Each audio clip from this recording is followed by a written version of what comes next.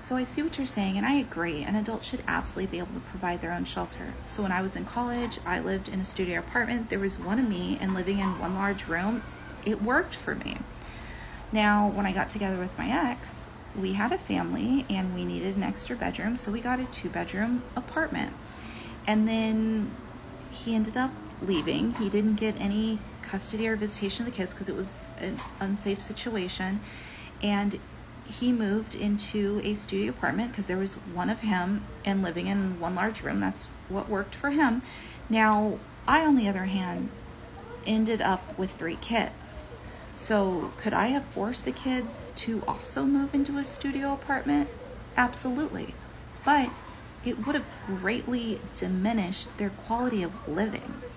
Like, 4 people in a studio is a little ridiculous, and I don't even think that's within fire code in this state. Take Brendan Fraser's situation, for example. When he divorced his ex, he was ordered to pay some astronomical amount, like $50,000 a month.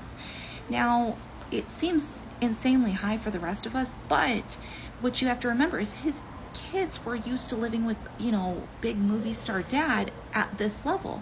And then dad leaves, and all of a sudden, mom can only afford to live at this level.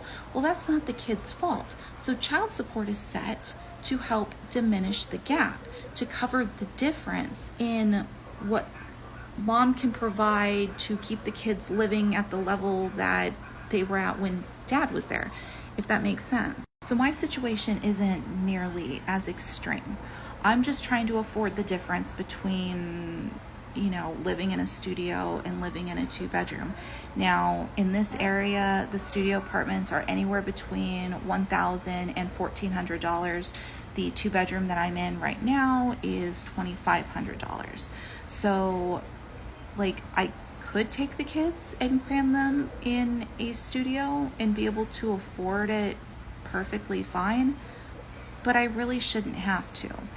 And the thought that, and I know this is different in my situation, the thought that, okay, well, dad can go ahead and leave, and the burden to, cover that added cost between, a studio apartment and a 2-bedroom, all of a sudden that falls on mom because she ended up with the kids, just seems kind of ridiculous. And I mean, luckily, I'm not the only one that thinks that, because that's what the courts believe too.